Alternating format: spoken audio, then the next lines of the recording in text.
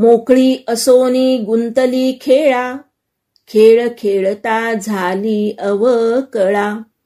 नारी हिंडे दारोदारी, विपरीत जहाली नवलाची परी. असोनी पुत्र जहाला वांझ, कोणासी सांगो अंतरीचे गुज. गुज जाणे तोची ब्रह्मज्ञानी, एक शरण जनार्दनी. श्रोते हो, परमात्मा आपल्या प्रकृतीद्वारा या जगाच्या उत्पत्तीचा जो खेळ खेळतो त्याचा उलगडा होत नाही. त्या प्रकृतीरूप मायेचे सर्व खेळ चमत्काराने भरलेले व नवलाचे आहेत. हे नाथ महाराज नवल या रूपकात वर्णन करीत आहेत.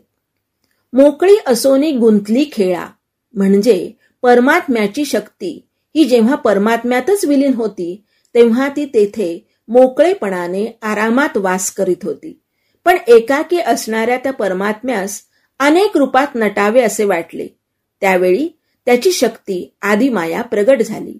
तिने परमात्म्याच्या संकल्पानुसार या विश्वाचा खेळ खेळण्यास सुरुवात केली. ती त्या परमतत्वाच्या इच्छेने या खेळात गुंतली. त्यामुळे तिचा मोकळेपणा संपला व तिला अवकळा प्राप्त झाली. आता ही अवकळा कशी प्राप्त झाली याचे वर्णन नाथ महाराज करतात. खरे तर जेव्हा ही आदिमाया त्या परमतत्वातच विलीन होती तेव्हा ती सर्व शक्तिमान होती. पण तिने जेव्हा त्यांच्याच आदेशानुसार या विश्वाची निर्मिती करण्याचा खेळ सुरू केला तेव्हा तिला प्रत्येक जीवमात्रात असलेल्या त्या परमतत्वासाठी दारोदार हिंडावे लागले. अशी ही विपरीत नवलाची गोष्ट झाली असे म्हटले आहे. दुसरी नवलाची गोष्ट म्हणजे या आदिमायेला पुत्र होऊनही ते वांझ झाले. ही गोष्ट खूप गूढ असून हे अंतरीचे गुह्य सांगता येण्यासारखे नाही. जेव्हा त्या परमतत्वास अनेक व्हावे वाटले तेव्हा त्याच्या इच्छेनुसार आदिमाया प्रगट झाली. तिच्या या विश्वनिर्मितीच्या खेळात तो परमात्माच तिच्या पोटी पुरुष रूपाने प्रगट झाला. म्हणजे तिला पुत्र झाला खरा, पण ती वांझच राहिली. ही नवलाची गोष्ट नाही का? ज्ञानेश्वर महाराज अमृतानुभवात म्हणतात, स्त्री पुरुष नाम भेद, शिवपण एकले नांदे, जग सगळे अघावे पण जिहे. याचा अर्थ तो परमात्माच सर्व काही आहे. त्यामुळे ही प्रकृती वांझच आहे आणि परमात्मा ब्रह्मचारी आहे.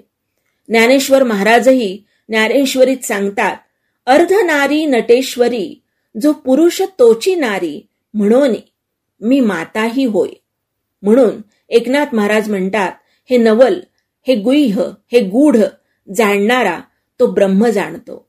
म्हणून मी माझे गुरु जनार्दन स्वामी यांना शरण गेलो आहे. या जगात परमात्म्याशिवाय काहीच नाही. प्रकृती नाही, पुरुष नाही, जगात कोणताच भेदही नाही. अशी अभेद ज्ञानदृष्टी ज्याला प्राप्त झाली तोच ब्रह्मज्ञानी होय. व ही दृष्टी गुरुकृपेशिवाय मिळत नाही.